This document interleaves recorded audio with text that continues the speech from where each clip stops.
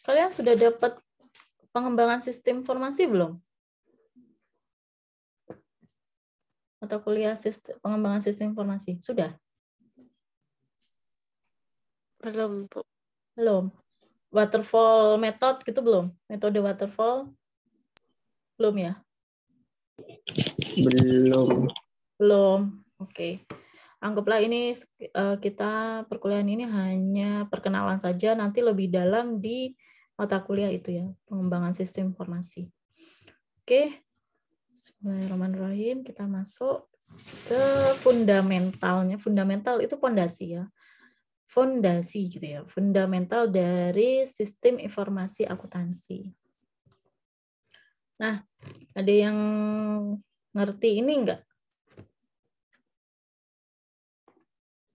Ada yang namanya bit atau binary digit. Kemudian ada byte. Ternyata bit dan byte ini beda. Kemudian ada yang namanya field. Ada yang namanya record. File, database. Database kalian sudah dapat belum? Basis data. Struktur data. Ya, benar. Sudah ya? Iya. Bu, sudah. Sudah. Ya, sudah. Kalau sudah dapat berarti paling enggak udah dapat ini dong. Apa? Kira-kira masih ada yang ingat nggak?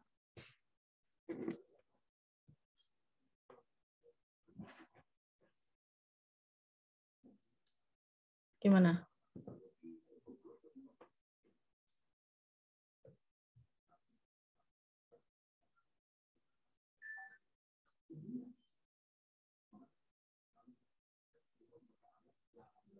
Halo.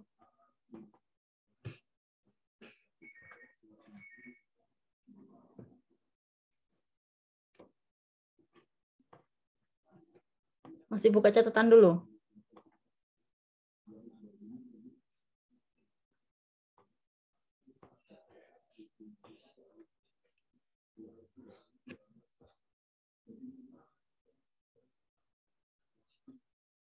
Oke, ternyata tidak ada yang menjawab. Bit itu adalah referensi dari binary digit, singkatan dari binary digit ya, digit biner. Bit itu adalah unit terkecil dari sistem komputer. Jadi bit itu hanya terdiri satu. Memiliki satu dari dua nilai, yaitu satu, karena biner kan, 1 atau 0. Gitu ya. Jadi 1 bit itu berarti 1 aja, ya angka 1 atau angka 0. Gitu ya. Kemudian byte itu adalah unit penyimpanan yang mewakili satu karakter. Nah, satu karakter misalnya, satu karakter itu satu gimana? Kalian ada tulisan apel gitu kan ya. Apel bahasa Indonesia itu tulisannya A-P-E-L. A-P-E-L, huruf A. Huruf A itu terdiri dari huruf A itu adalah 1 byte. 1 karakter. 1 byte itu terdiri dari 8 binary digit. Jadi untuk membentuk huruf A, 1 huruf A itu memerlukan 8 binary digit. Setiap karakter termasuk huruf, angka, dan simbol itu adalah dihitung 1 byte. Gitu ya. Kemudian di bawahnya ada field. Field itu adalah 1 item dari record. Kayak gimana? Ya, misalnya ada datanya kalian ya, data mahasiswa MI. Kalian angkatan berapa? 20. Angkatan 2020 gitu ya. Ada satu data gitu ya. Ada satu data mahasiswa MI angkatan 2020. Nah, di situ ada nama gitu ya. Namanya Zainur Rahman. Nah, Zainur Rahman itu adalah satu field gitu loh.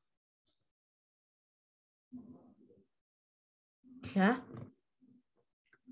Kemudian Zainur Rahman ini punya lagi catatan misalnya tanggal lahir gitu. Kemudian alamat gitu ya. Nah, satu keseluruhan datanya dari Zainur Rahman ke samping itu namanya record. Kalau iso ngono ya. Ya. Halo? Oke. Jadi yang namanya record itu seperti baris, jadi ke samping gitu ya, data ke samping. Kalau ke bawah itu namanya kolom kan ya. Nah, kolom itu sama seperti field. Tapi cuma satu style aja itu namanya satu field. Oke, terus kumpulan record tadi membentuk file. Jadi misalnya file yang berisi data anak MI 2020 itu berisi kalian semua yang mulai dari nama, tanggal lahir. Nah, itu semuanya gabungan dari baris dan kolom itu menjadi sebuah file. File. Kemudian kumpulan file-file, jadi kalian itu kumpulan dari data mahasiswa MI keseluruhan, berarti mahasiswa MI 2021, 2020, 2029 itu menjadi database. Oke, sampai sini bisa dipahami? Atau masih bingung? Bisa. Oke. Kemudian database itu misalnya kita lihat database di PMB, penerimaan mahasiswa baru. Datanya kayak tadi, datanya nama, alamat, tanggal lahir, kemudian nilainya kalian pada saat ujian, pada saat tes gitu ya. Itu data di database-nya PMB.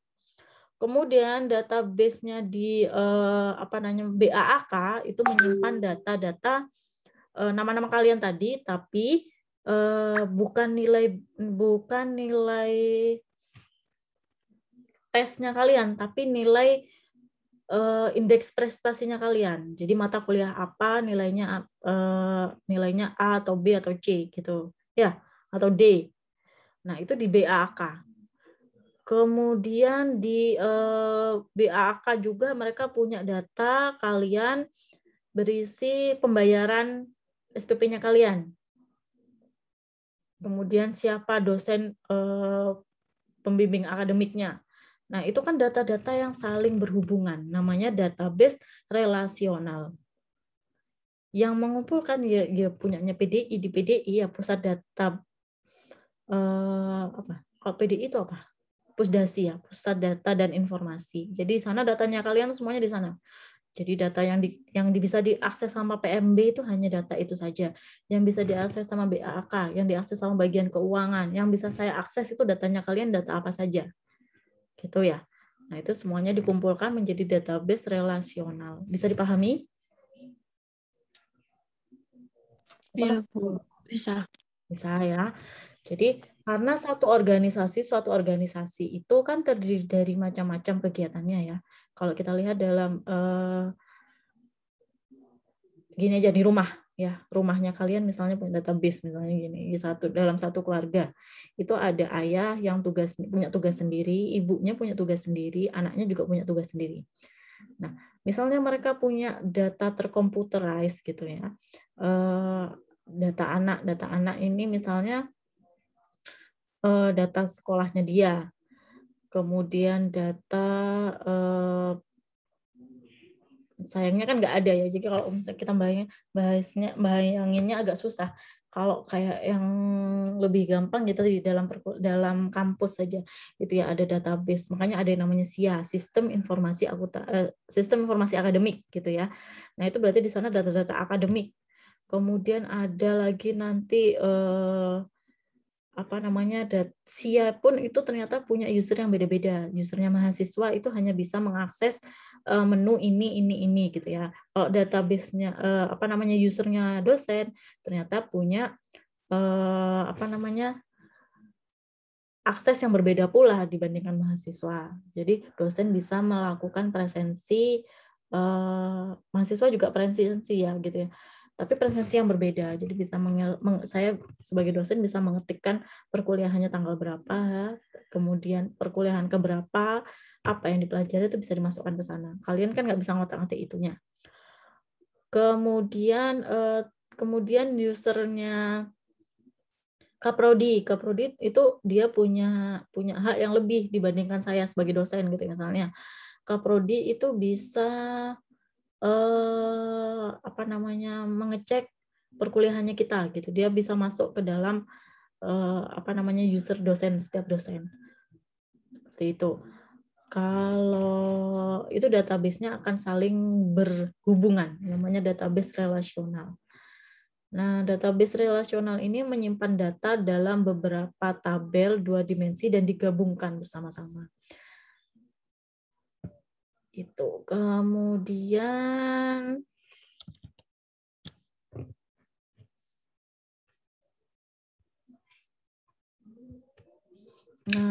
untuk mengakses, tadi kayak saya bilang ya, ada hak aksesnya user.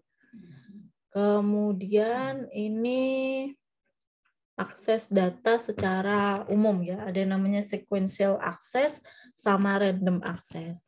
Sequential access itu mengakses dalam tahapan, dalam urutan, gitu ya. File akses itu berurutan, mulai dari menyimpan ya, mulai dari entry gitu ya, kemudian menyimpan dan disimpan segera setelah yang lain. Tapi kalau yang random itu bisa tiba-tiba diisi dulu kayak gini misalnya ya. Saya bisa memasukkan data perkuliahan gitu ya. Misalnya dibikin sequential access itu berarti setelah pertemuan ke-1, perkuliahan pertemuan ke-1 itu harus melakukan perkuliahan kedua, ketiga, keempat itu secara berurutan. Tapi kalau random access saya bisa tahu-tahu memasukkan misalnya mengentry tahu-tahu pertemuan ke-10 gitu. Nah, itu termasuk seperti ini itu aksesnya ya. Kalau random access itu tidak ditulis atau dibaca secara berurutan. Catatan disimpan dalam urutan acak. Karena catatan didistribusikan secara acak pada sistem. Kemudian pada saat di require atau diminta, ditarik gitu, dicari, itu juga bisa random. Tapi kalau sequential itu berarti harus per part gitu, harus berurutan sesuai dengan langkahnya. Kemudian ada yang gabungan dari keduanya, ini yang paling fleksibel gitu ya. Ada situasi di mana file itu dapat diakses dengan cara apapun, baik berurutan ataupun acak. Nah, ini yang dinamakan namanya Index Sequential Access Method atau ISAM. File ISAM itu disimpan secara berurutan, tetapi disimpannya secara berurutan, tapi dapat diakses. Diakses itu berarti dicari secara acak. Kemudian setelah itu kita bicara tentang pemrosesan. Enggak saya tulis berarti di sini ada metode pemrosesan. Metode pemrosesan itu ada 2 jenis. Pemrosesan secara berkelompok gitu ya. Ada yang namanya pemrosesan secara online. Pemrosesan secara berkelompok atau batch gitu ya. Batch 1, batch 2 itu kan berkelompok. Saya tuliskan aja di sini deh. Batch processing. Ada yang namanya online processing. Kalau batch processing itu mengharuskan semua transaksi itu serupa, dikelompokkan bersama untuk waktu tertentu, kemudian diproses sebagai satu bagian. Pemrosesan batch ini paling cocok untuk aplikasi yang memiliki volume besar. Transaksi serupa dapat diproses secara berkala. Jadi mengikuti waktu gitu ya. Jadi kalau dihitungnya Misalnya pencatatannya per bulan. Nah, ini berarti dia pakai data-datanya semua, 1 bulan dikumpulkan dulu, kemudian baru diproses. Nah, kalau yang online kebalikannya itu bisa diproses kapan saja. Tidak harus dikelompokkan dalam kelompok. Nah, pemrosesan online ini juga disebut sebagai pemrosesan real time. Artinya dapat diproses segera secara real time sehingga output itu bisa segera diperoleh. Nah, kalau kayak data penjualan itu kan misalnya penjualan hari ini gitu ya, bisa diperoleh data hari ini. Tapi kalau penjualan bulanan itu akan ditunggu 1 bulan baru bisa diperoleh data pemrosesan data penjualan bulanan. Kayak gitu. Kalau pemrosesan harian ya berarti ditunggu 1 hari itu selesai baru keluar. Kalau data real time ya saat ini itu misalnya terjadi penjualan berapa yang terjadi penjualan. Nah, itu maksudnya pemrosesan seperti itu. Kemudian kita bicara tentang data warehouse dan data mining. Mungkin kalian nanti akan sering ketemu istilah data warehouse. Data warehouse ini disebut sebagai gudang data ya. Gudang data atau kumpulan dari data-data. Biasanya selama 5 tahun atau 10 tahun. Disebut tahun fiskal, jadi tahun keuangan. Biasanya disimpan setelah 5 tahun, ya mereka akan dihapus biasanya gitu. Atau dipindahkan ke dalam storage yang lain. Kemudian, nah, data warehouse ini adalah kumpulan yang terintegrasi dari semua data perusahaan. Data perusahaan itu terdiri dari data penjualan, data produksi, kemudian data pegawai, data kinerja pegawai, kemudian datanya dari perusahaan itu kan datanya banyak sekali. Nah, kemudian data warehouse ini akan dibandingkan dengan namanya data basis data operasional. Basis data operasional ini data yang terus diperbaharui. Data yang terus diperbaharui itu gini. Laporan keuangan 5 tahun yang lalu itu berarti masuk di data gudang data. Tapi kalau data keuangan saat ini itu ya berarti masih data operasional, masih bisa diperbaiki. Nanti kalau sudah selesai tahun 1 tahun keuangan itu biasanya datanya dimasukkan ke dalam data warehouse tadi. Ya, jadi basis data operasional itu data yang terus berisi data yang terus dapat diperbaharui saat transaksi diproses. Biasanya database operasional ini mencakup data untuk tahun saat ini dan yang mendukung operasi sehari-hari. Setiap kali transaksi terjadi, gitu ya, bagian database operasional ini harus diperbarui. Misalnya data pelanggan.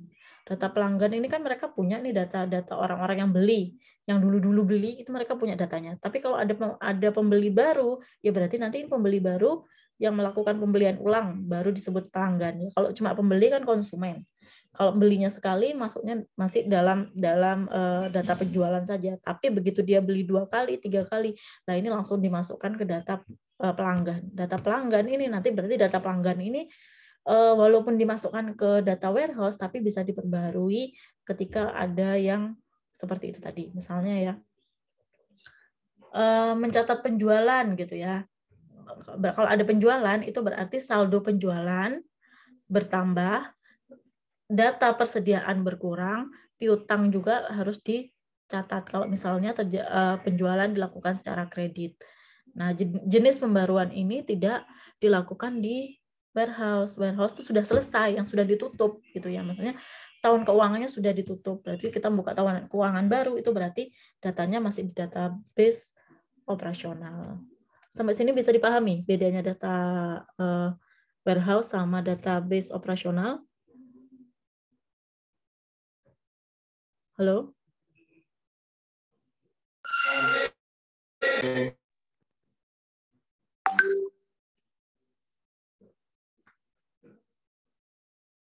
Nah, kemudian ada yang namanya data mining. Nah, data mining itu kalau kalian lihat mine itu apa? Mine itu bukan punya saya ya. Maksudnya gini, mining itu berarti melakukan penambangan. Nah, kita menambang. Yang ditambang apa? Ternyata data yang ditambang. Jadi data mining adalah proses pencarian data di dalam data warehouse untuk dicari suatu pola tertentu. Nah, pola ini bisa dilakukan untuk memprediksi perilaku di masa depan.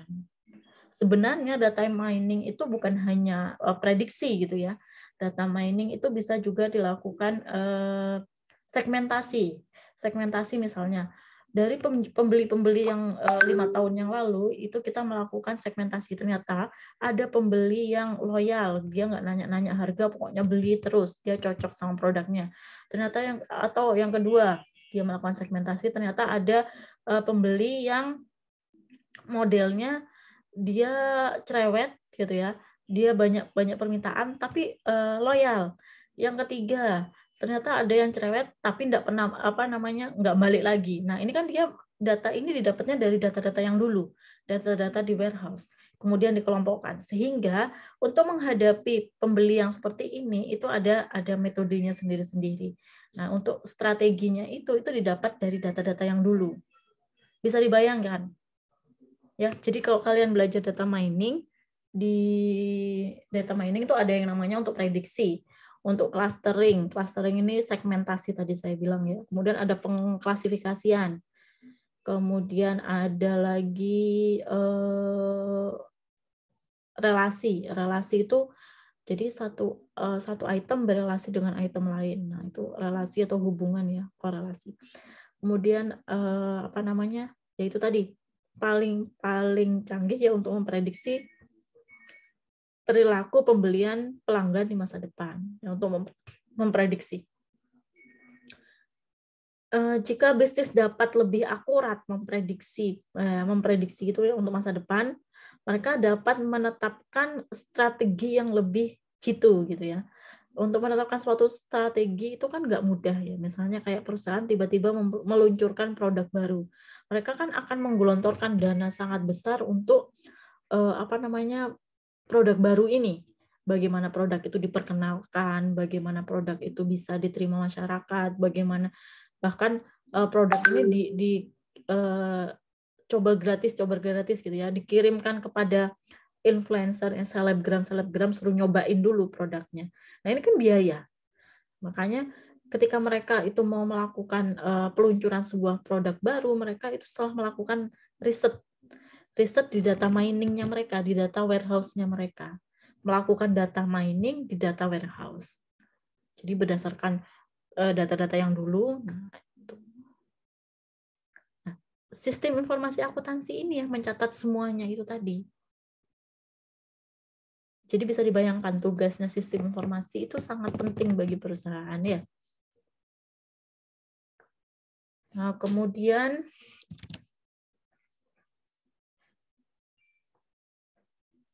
nih, keterkaitan proses bisnis dan sistem informasi akuntansi. Nah, sistem informasi akuntansi ini apa? Kan sudah saya jelaskan sebelumnya ya, bahwa sistem informasi akuntansi itu sistem yang menangkap, mencatat, memproses, dan melaporkan informasi akuntansi. Nah, informasi akuntansi itu minimal mencatat pembelian, gitu ya, pencatat penjualan. Nah, data-data yang tadi dipakai itu kan data dari penjualan, gitu ya.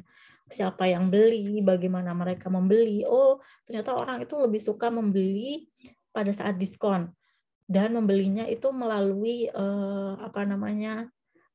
dompet digital, melalui e-wallet, melalui misalnya kita jadi toko Shopee gitu ya. Jadi toko Shopee kita punya data warehouse berupa pelanggan yang melakukan pembelian. Loh, gimana kita punya data warehouse kalau kita nggak melakukan pencatatan? Ya, gimana kita punya data, mau diolah datanya kalau kita nggak pernah melakukan pencatatan? Nah, jadi pencatatan ini penting. Pencatatan adalah bagian dari sistem informasi akuntansi. Informasi yang dicatat itu berupa dari transaksi keuangan, kayak tadi pembelian. Penjualan. Kalau kita bicaranya penjualan. Transaksi keuangan itu bukan hanya penjualan saja ternyata, gitu ya. Misalnya kita cari supplier, itu juga kalau kita bertransaksi dengan supplier, dengan vendor, itu termasuk transaksi keuangan. Kemudian setiap transaksi itu terjadi dengan sistem langkah-langkah yang sistematis. Jadi kalau mau ada orang beli ke kita gitu ya, kita namanya penjualan, itu berarti apa yang harus dilakukan? Oh, mereka akan memesan barang gitu ya. Memesan barang kemudian melakukan pembayaran.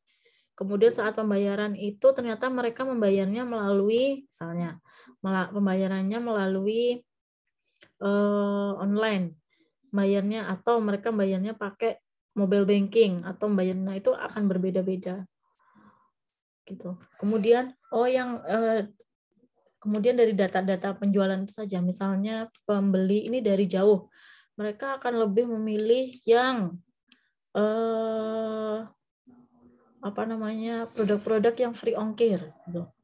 Atau mereka akan lebih memilih produk-produk yang kecil-kecil kalau dari jauh gitu ya. Kalau pembelinya itu dalam radius yang dekat dengan penjual gitu ya, mereka akan bisa berani memilih produk yang besar-besar. Nah, itu kan semua diperoleh dari data tadi, dari pencatatan. Gimana mau diolah gitu loh datanya kalau nggak pernah ada pencatatan gitu ya, nggak pernah ada proses mengcapture data tadi. Nah, kemudian proses bisnis kayak penjualan itu urutan langkah kerjanya harus ditentukan dulu sehingga menghasilkan hasil yang diinginkan oleh organisasi. Proses bisnis ini diprakarsai oleh jenis peristiwa tertentu, misalnya awal dan akhir yang jelas. Biasanya diselesaikan dalam waktu yang relatif singkat. Nah, kayak penjualan itu tadi paling gampang. Setiap proses bisnis memiliki serangkaian langkah sistematis tertentu untuk menyelesaikannya. Proses bisnis dalam perusahaan itu macam-macam.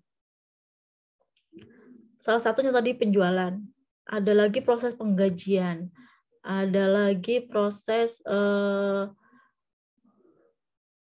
apalagi ya, misalnya proses tadi supplier, cari supplier. Kemudian ada proses pembayaran. Jadi perusahaan ini melakukan pembayaran. Semuanya itu memiliki efek terhadap akuntansi, terhadap keuangan. Oke. Ada gambarnya sebentar.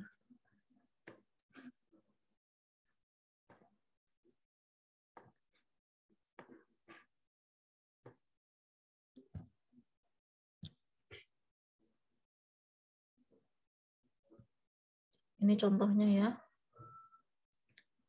Ada yang namanya large volume daily sales return and cash inflow transaction. Jadi ini transaksi uang masuk dari penjualan.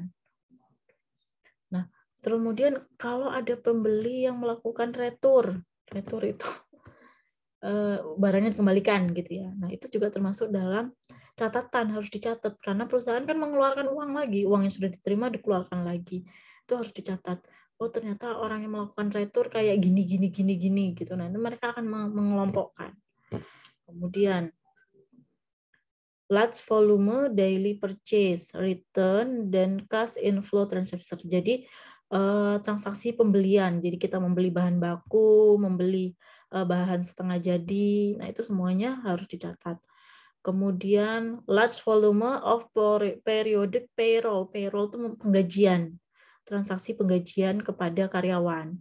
Kemudian intermittent fixed asset purchase transaction. Fixed asset berarti pembelian aset tetap. Jadi kalau misalnya ada mesin rusak, berarti harus beli mesin. Nah, itu harus dicatat juga. Kemudian large volume of daily raw material, materi mentah. Jadi bahan bakunya. Terus walk-in process transaction. Jadi bagaimana proses pengolahan material tadi. Itu semuanya dicatat. Nah, kalau yang tadi yang 3 ini kan uang keluar tuh namanya expenditure. Expenditure pembelian, uang keluar. Pembelian. Makanya kalau saya bilang pembelian itu berarti kita melakukan pembelian. Tapi kalau penjualan itu kita yang melakukan penjualan. Nah, penjualan tadi itu menghasilkan revenue. Revenue itu pendapatan, uang masuk. Ini harus diatur sistemnya dan juga dikendalikan biar orang-orang yang melakukan input itu tidak bisa melakukan kecurangan. Nah, ini. Oke. Kemudian tadi membeli bahan, membeli penggajian, membeli mesin atau peralatan tetap itu mesin ya peralatan itu adalah pembelian, proses sistem prosesnya harus dibikin, kemudian dikontrol, diawasi. Oke, kemudian ini investasi dan pembelian bahan baku. Jadi pembelian bahan baku itu masuk di conversion proses, proses pengolahan, proses produksi. Kemudian kalau investasi dan peminjaman, misalnya peminjaman itu juga harus dikelola. Kita meminjam dana dari pihak luar itu harus dikelola. Itu masuk di administrasi proses, sistem dan pengendaliannya. Nah, ini semuanya harus dicatat dalam general ledger. General ledger ini jurnal umum, buku besar, seperti itu ya. Sistemnya dan pengendaliannya. Kemudian ini tadi nanti akan menghasilkan laporan keuangan seperti balance sheet. Balance sheet itu balance ya, neraca, timbangan harus, saya bilang harus seimbang, namanya balance sheet. Kemudian income statement itu laporan laba rugi. Apakah lebih banyak uang keluarnya daripada uang masuknya? Nah, itu. Kemudian cash flow statement. Cash flow statement ini laporan arus kas. Laporan arus kas itu bicara tentang kas yang dipegang. Kas yang dipegang itu berarti uangnya itu sedikit atau banyak. Itu dilihat dari kasnya itu tadi. Kemudian, oh ya ini tadi untuk eksternal. Jadi dilaporkan untuk eksternal dan dilaporkan untuk internal. Internal itu pengguna-pengguna internal. Eksternal berarti ya pengguna-pengguna laporan di eksternal. Siapa saja eksternal pengguna laporan dari eksternal? Laporan pengguna eksternal itu seperti yang memberikan pinjaman tadi. Itu orang yang memiliki keperluan terhadap pihak yang memiliki keperluan terhadap keuangan perusahaan. Dia perlu ngecek, oh perusahaan ini masih sehat, perusahaan ini masih bisa membayar pinjamannya ke saya, gitu ya. Kemudian pemilik modal ini bisa investor untuk melihat perusahaan ini bagaimana kondisinya, itu dilihat dari laporan keuangan yang untuk eksternal. Kalau internal ini untuk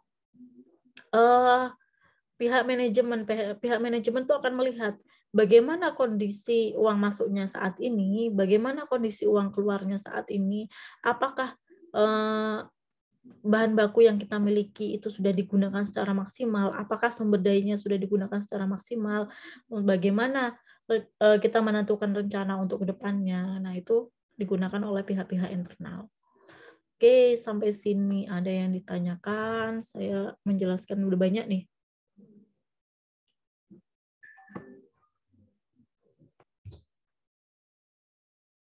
Coba aja lah.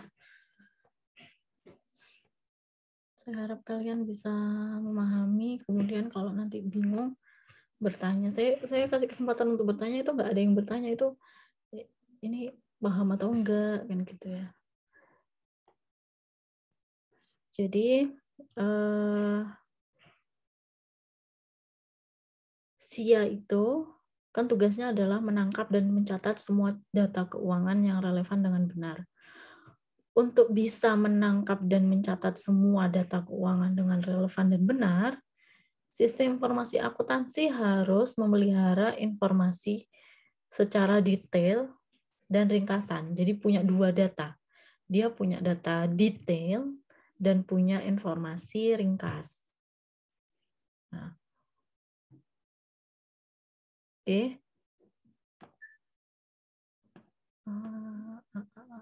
Kok ini langsung manual?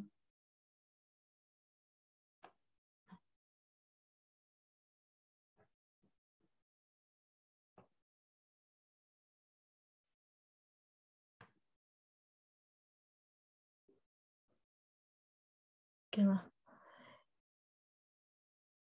Kalau akuntansi manual yang kita tidak lakukan di dalam sistem informasi akuntansi. Kalau sistem informasi akuntansi itu kan berarti kita sudah pakai komputer gitu ya. Kalau sistem informasi manual itu data rinci diambil dari dokumen sumber, jurnal dan buku besar. Jadi dicatatnya secara manual. Kemudian ini adalah jenis sistem informasi akuntansi. Jadi ada yang manual, ada yang berupa sistem yang hanya ada di perusahaan itu, jadi dibikin di perusahaan itu, namanya sistem yang lama atau sistem warisan. Kemudian ada yang namanya sistem teknologi informasi yang modern dan terpadu. Bedanya bagaimana? Ini akan saya jelaskan.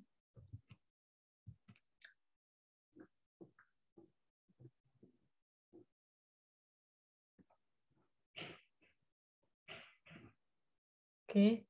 Kalau sistem yang manual, ini yang masih banyak dilakukan oleh perusahaan-perusahaan kecil. Mungkin mereka sudah menggunakan komputer, tapi masih manual membuat sendiri, gitu ya. Jadi pakai Excel, pakai Word, gitu ya, dicatat sendiri. Nah,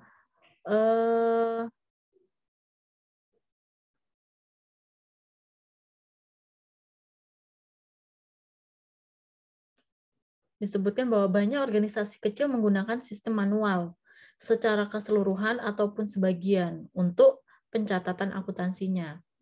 Bahkan organisasi yang lebih besar pun memiliki aspek komputerisasi dari SIA-nya, tapi masih menggunakan catatan manual, gitu ya. Misalnya seperti perhitungan pencetakan cek gaji.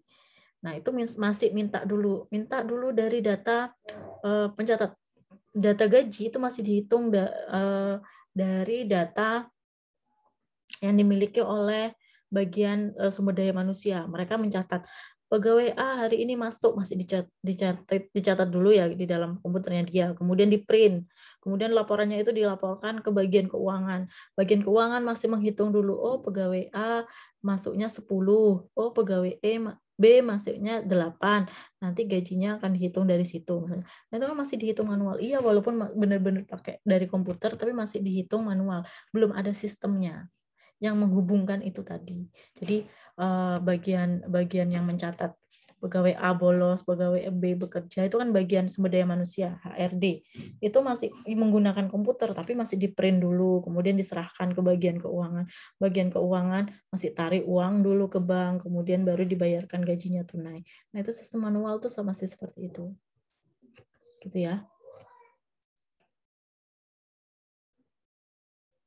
Kemudian ada yang namanya sistem informasi warisan atau sistem lama. Nah, ini adalah sudah menggunakan suatu sistem yang terpadu gitu ya. Sistem tapi bukan terpadu, sistem tapi yang masih belum menggabungkan ke semuanya gitu. Dia punya sistem untuk yang kalau kita lihat ya, sistem yang persediaan masih sendiri, yang di gudang itu punya sistem sendiri misalnya, yang di bagian toko punya sistem sendiri, di bagian perusahaan untuk pegawai masih punya sistem sendiri, masih nggak berhubungan gitu. Nah, itu untuk sistem warisan sudah mulai dihilangkan, dia sudah mulai ada gitu, sudah mulai bisa digabungkan, tapi biasanya berat karena mereka itu hanya digunakan di situ, yang bagian IT-nya di situ yang membuat gitu ya. Sistem ini biasanya digunakan di perusahaan-perusahaan besar. Jadi mereka punya sistem sendiri khusus. Sehingga sistem warisan ini berjalan menggunakan komputer mainframe berbasis host. Berbasis host berarti semua pemrosesan komputer itu ada di komputer yang di kantor gitu. Jadi nggak bisa dibawa pulang, nggak online. Jadi sistemnya harus dikerjakan di tempat. Selama beberapa waktu sistem ini digunakan, tapi untuk saat ini sudah usang, sudah ketinggalan zaman. Banyak perusahaan itu mulai meninggalkan sistem yang kayak gini. Mereka akhirnya menggunakan sistem yang baru yang secara online. Jadi sistem ini bisa diakses dari rumah, sistem ini bisa diakses dari tempat yang bukan harus di kantornya, gitu ya. Kayak gitu. Namanya di yang ketiga, sistem teknologi informasi yang modern dan terpadu. Ini mengintegrasikan banyak atau semua proses bisnis dalam satu organisasi. Jadi semua proses bisnisnya sudah saling terkoneksi. Jadi kalau kayak tadi saya cerita ya, kalau pegawai yang A sedang bekerja, dia akan tercatat semuanya. Pegawai A bekerja apa saja yang sudah dikerjakan. Kalau pegawai B yang bekerja apa saja yang dikerjakan, itu ternyata akan berbeda nanti perhitungannya untuk kinerjanya dan untuk ke gajinya. Nah, karena data yang sangat besar itu nggak mungkin mereka akhirnya nanti akan menggunakan servernya perusahaan ataupun komputasi cloud ya. Jadi bisa diakses di mana-mana. Kemudian ini input yang dilakukan di proses bisnis. Ya, input ini berarti data masuknya di proses bisnis. Data masuknya itu bisa melalui namanya kayak contohnya di sini ada bisa melalui sumber dokumen sumber dan kunci. Jadi ada key-nya gitu ya. Jadi kunci ini maksudnya kayak apa? Kunci ini maksudnya jadi user-user tadi. Ada user tingkat A, tingkat kasir, ada user tingkat manajer, ada user tingkat. Nah, itu kunci-kuncinya tadi beda-beda. Tugasnya beda-beda. Jadi kayak mahasiswa, user mahasiswa dia bisa menginput data apa saja ke dalam sistem. User dosen itu bisa menginput apa saja. Nah, itu tidak maka yang pertama namanya dokumen sumber dan kunci. Oke, saya jelaskan lebih lanjut ya. Metode input di dalam proses bisnis. Setiap proses bisnis itu kan harus mampu datanya itu ditangkap dan dicatat oleh sistem informasi. Nah, data akuntansi ini itu harus diinput gitu, harus ada yang dimasukkan. Kalau nggak ada gimana, yang kayak saya tadi bilang, nggak mungkin mereka punya data warehouse kalau nggak ada inputnya. Gitu ya. Misalnya penjualan menghasilkan banyak data yang harus dikumpulkan seperti data tentang identifikasi pelanggan, kemudian mengenai barang yang terjual itu apa saja, kemudian mengenai diskon yang ditawarkan, kemudian mengenai apalagi yang menangani itu ya, pegawai yang menangani penjualan itu gitu ya. Semua proses bisnis itu akan menghasilkan data akuntansi. Ketika proses tersebut menggunakan metode yang berbeda-beda sehingga inputnya juga berbeda. Pertama sumber kunci, dokumen sumber dan kunci.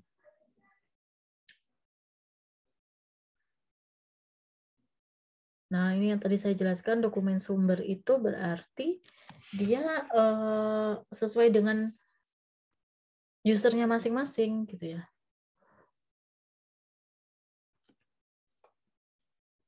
Kemudian barcode. Nah, barcode ini misalnya penjualan tapi pakai barcode itu kan berarti inputnya dari barcode-nya itu. Si kasir itu cuma nyekan barcode-nya, kayak gitu ya. Setelah itu data itu masuk ke dalam sistem bahwa produk dengan barcode ini itu sudah terjual. Produk dengan barcode sekian itu sudah terjual. Atau barcode-nya itu sekarang ada namanya QR code ya. QR code untuk mahasiswa yang menyekan QR code ini berarti dia sudah masuk. Mahasiswa yang menyekan QR code ini dia masuk mengikuti mata kuliah A. Dosen yang menyekan QR code ini berarti sedang melakukan pengajaran kayak gitu. Itu input untuk sistem informasinya. Selanjutnya ada yang namanya point of sales atau POS. Ini adalah metode menggunakan perangkat keras dan perangkat lunak yang menangkap transaksi penjualan eceran dengan barcode standar. Jadi ini POS, point of sales itu untuk mencatat sales gitu ya, mencatat penjualan, penjualan. Labelnya bisa jadi yang di entry itu barcode tadi, bisa juga QR code, bisa juga kode barang. Hampir semua toko besar itu punya sistem pos sendiri. Saat pelanggan itu memeriksa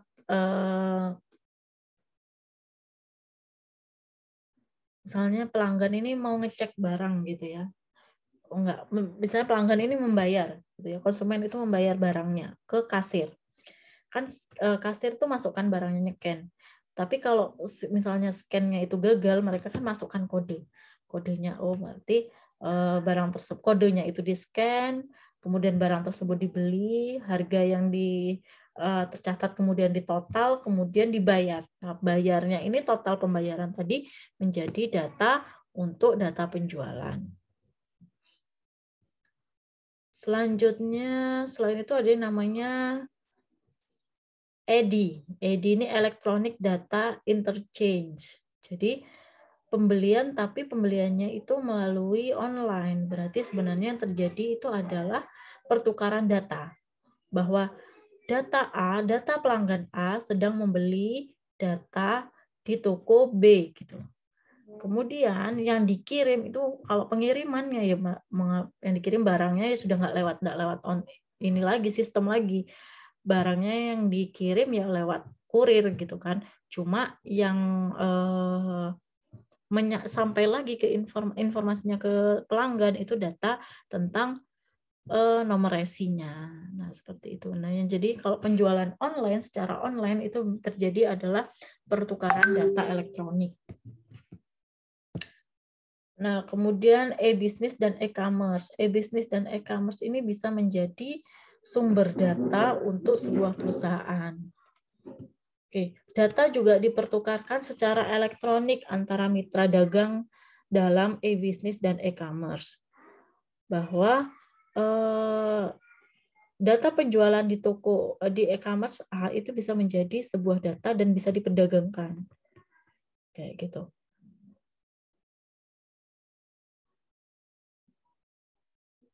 Oke, sampai sini ada yang ditanyakan?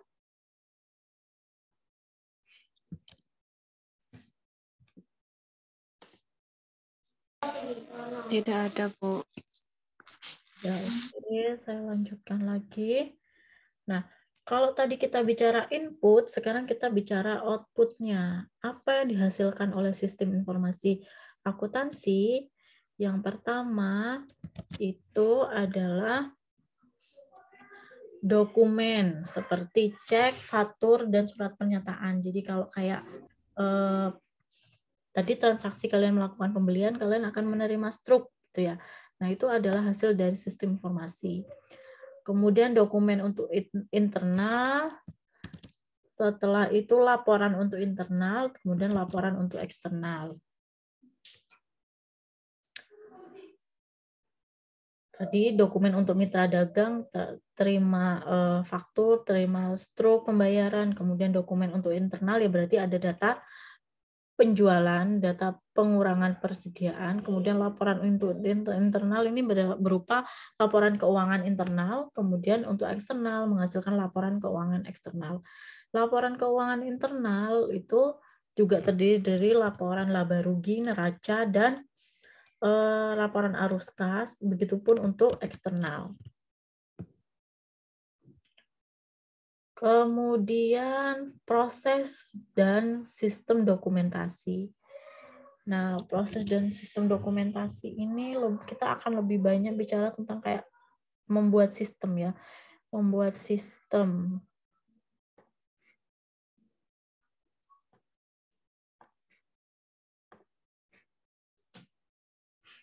Nah,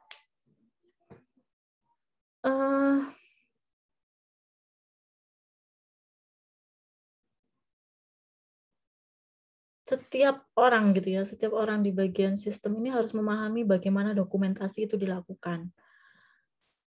Dokumentasi ini memungkinkan kita ya untuk menganalisis dan memahami prosedur.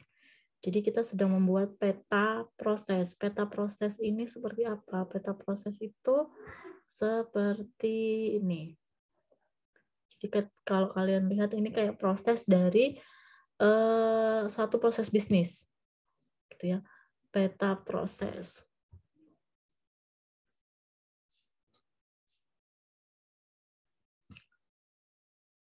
Misalnya kalian mengecek jadwal perkuliahan, gitu ya. Kalian sedang memprogram jadwal perkuliahan, kemudian kalian memilih kelas, gitu ya. Kemudian kalian melihat waktu untuk mendaftar. Ternyata masih ada waktunya, gitu. Kalau masih ada waktunya, dilakukan secara online, kemudian memilih kelas, KRS-nya selesai jadi. Kalau misalnya nggak bisa, kelasnya bentrok gitu ya, kelasnya bentrok, nanti itu akan milih lagi, kembali lagi memilih kelas lagi. Gitu, kelasnya ditutup, berarti milih lagi, muter lagi, kayak gitu. Jadi sedang menggunakan peta untuk proses bisnisnya. Apa yang harus dilakukan untuk menyelesaikan satu proses bisnis. Misalnya proses bisnis, proses penjualan. Berarti operator kasir itu harus membuka sistem informasinya dulu gitu ya. Login dulu. Setelah login, barang dimasukkan, kemudian kayak gitu. Misalnya ada masalah, itu kembali kemana? Apakah kembali ke sini, atau memilih kelas, atau milih dari awal lagi. Nah, ini kotak-kotaknya ya, diagramnya itu bisa oval, bisa kotak, bisa diamond istilahnya ya. Kalau oval itu menunjukkan awal dan akhir dari proses. Awal dimulai dari input dari prosesnya. Kalau finish, akhirnya itu menjadi output. Ya kayak tadi, kalau pembelian itu inputnya dari mana? Dari barcode tadi misalnya, kemudian outputnya adalah struk pembayaran. Kemudian rectangle ini adalah prosesnya. Jadi input, kemudian diproses, kemudian nanti menghasilkan output. Outputnya sama ini lagi. Kalau diamond itu menunjukkan keputusan. Yes, no, decision. Ya atau tidak. Misalnya dia tidak mau, berarti harus kembali lagi. Misalnya kembali lagi dari awal. Misalnya kayak gini, kalian proses pemilihan pembayaran gitu ya. Jadi barang itu di-scan pakai barcode gitu di sini. Kemudian diproses oleh komputer menjadi ditotalkan oleh komputernya. Kemudian diproses oleh sistem, kemudian pembayaran. Ternyata pembayarannya itu menggunakan milih pembayarannya menggunakan online atau tidak. Misalnya iya, berarti harus kemana. Kalau tidak, berarti langsung terima tunai, keluar struknya. Gitu. Kalau dia membayarnya iya pakai online, berarti harus kemana lagi. Prosesnya akan berbeda. Sampai sini bisa dipahami proses ini? Peta proses. Itu seperti flowchart ya, Bu? Iya, flowchart. Karena kita bicaranya sistem informasi, berarti kan di situ ada prosesnya. Kalau kita nggak bicara sistem informasi akuntansi, kita bicara akuntansi dasar, kita nggak perlu seperti ini. Kita nggak perlu bicara flowchart. Kita hanya bicara tentang kalau ada transaksi dicatatnya di mana. Kan kita mencatat kalau sistem informasi, kalau akuntansi dasar. Tapi kalau di sistem informasi berarti kalian membuat proses. Sehingga nanti kalau sekali dilakukan, sekali di-input, itu langsung kalian tahu keluarnya mau kemana. Bisa dipahami? Oke, kita lanjut. Kemudian bagan alur sistem, bagan alir. Kayak gini flowchart selanjutnya ya. Bagan alir ini untuk menggambarkan keseluruhan sistem. Jadi kalau yang ini tadi hanya proses bisnis gitu ya, satu bagian. Jadi kalau ini kan tadi hanya memprogram kelas gitu ya contohnya. Di sini cuma memprogram kelas itu cukup satu selesai. Tapi kalau keseluruhan sistem informasi itu ya berarti nanti pakainya namanya diagram alur. Oke, bisa dibedakan ya. Nih.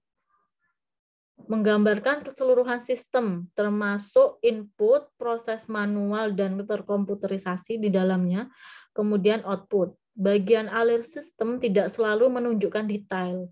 Kalau detailnya nanti di proses tadi. Jadi langsung misalnya proses sistem informasi gitu ya. Input langsung satu bagian itu adalah proses bisnis penjualan. Jadi kalau diklik misalnya ya, misalnya bisa diklik proses penjualan itu masih banyak di dalamnya, ada proses bisnis apa saja kayak gitu. Tidak harus detail dari setiap proses, tapi menampilkan keseluruhan. Proses dan penyimpanan ditampilkan secara manual atau terkomputerisasi, harus jelas. Kalau manual bagaimana, kalau komputerisasi itu bagaimana. Input dapat berupa dokumen, keying input itu key tadi itu ya, input elektronik atau proses yang memasukkan data ke proses lain. Luarannya dapat berupa dokumen, pernyataan, laporan, data yang disimpan dalam file atau data yang dimasukkan dalam proses lain. Ini untuk gambarnya ya, jadi untuk kode-kodenya. Contohnya seperti apa? Contohnya seperti ini.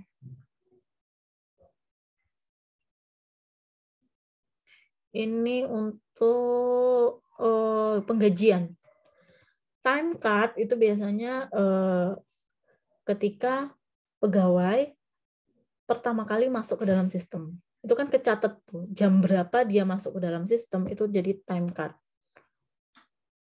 Dan itu jadi dia sebelum waktunya, sebelum batas waktu berarti dia tidak terlambat.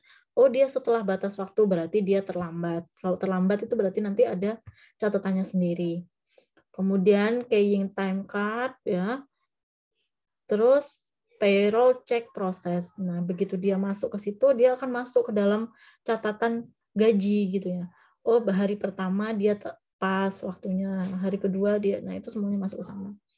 Kemudian kalau misalnya error, berarti dia harus memperbaiki, karena setiap orang kan punya kode sendiri-sendiri. Saya mau masuk ke sistem informasi kan punya, ke SIA sendiri aja kan saya punya ID sendiri. Nah itu keying-nya tadi. ID-nya saya berbeda dengan ID-nya kalian. ID-nya saya dimasukkan ke sana akan terbaca bahwa itu adalah ID-nya dosen. Gitu ya. Kemudian kalau ID-nya kalian pakainya apa? NIM ya? Di SIA. Nah, NIM tadi itu menjadi keying inputnya kalian. Gitu ya. Kemudian ini juga ada gaji pajaknya, pajak gaji. Kemudian di sini payroll check berarti pembayaran, payroll summary report itu juga menghasilkan laporan. Berarti bulan ini perusahaan membayar gaji total sekian. Ternyata berbeda dengan bulan sebelumnya karena bulan sebelumnya pegawainya rajin-rajin. Bulan sekarang banyak yang izin sehingga gajinya lebih sedikit yang dibayarkan. Itu summary-nya di sini, kesimpulannya. Ya. Untuk keying card-nya sendiri itu kalau dibikin proses bisnis kayak tadi bisa jadi kayak gitu. Jadi pegawai input input dulu. Setelah itu kalau misalnya gagal berarti harus kemana lagi. Nah kayak gitu. Itu detailnya di proses alur tadi. Peta proses dulu. Kemudian bagan alur dokumen. Ini isinya cuma hanya dokumen saja. Jadi alurnya dokumen. Ada juga nanti namanya DFD ya. Yang ini data. Kalau yang ini dokumen, yang ini data. Bagian alir dokumen menunjukkan aliran dokumen dan informasi antar departemen atau unit dalam suatu organisasi. Bagian alir dokumen ini biasanya dibagi dalam beberapa kolom, mewakili departemen atau unit organisasi. Bagian dokumen ini biasanya untuk laporan-laporannya. Misalnya customer order, gitu ya. Kalau kalian lihat ya, di bagian atasnya itu ada ini bagian server, ini bagian customer, ini bagian kitchen, ini bagian accounting. Misalnya ini adalah perusahaan apa ya, kalau ada bagian kitchennya berarti dia perusahaan produksi yang ada dapurnya. Bisa jadi food and beverage. Food and beverage itu makanan dan minuman, gitu ya. Customer dia memilih, dia pesen. Tuh di sini ya, customer pesen. Kenapa nggak di sebelah sini? Karena tugasnya customer. Kemudian customer diproses oleh server. Dia dapat tiket. Nah, kemudian tiket ini diserahkan ke dapur. Oh, berarti kalau kalian, contohnya kayak misalnya kalian ke fast food ya, misalnya ke McDonald atau di Burger King atau yang seperti itulah. Mereka kan punya sistem informasi ya. Kalian pesen nih, pesennya apa Mbak gitu ya. Ini di input kan. Kemudian kalian dapat nomor. Nah, nomornya ini di order tiket. Yang ngasih nomor itu ya apa namanya sistemnya. Gitu ya. Kok dikasih nomor segitu gitu ya, nggak tahu ya gimana sistemnya yang bikin gitu kan. Kemudian nomor tadi beserta isinya diserahkan ke dapur. Dapur memasak. Kemudian apa namanya, ada tagihan gitu ya, memberikan tagihan. Kemudian tagihan ini dibayar oleh konsumen di sini ya, pay server. Kemudian pembayarannya diterima itu masuk di catatannya accounting. Nah, kalau dokumen itu biasanya seperti ini, ada bagian atasnya ini siapa yang bertanggung jawab. Bagian server bertanggung jawab apa, konsumen tugasnya ngapain, nanti bagian dapur, nah biasanya kayak gini. Atau kalian lihat variasi yang lain, tapi bentuknya mesti kayak gitu. Ada bagian penanggung jawabnya, bagian atasnya sini. Kemudian ini kayak contohnya lain lagi. Tapi sama-sama tetap ada dapurnya ini. Saya pernah lihat contoh kayak gini di mana ya sebenarnya.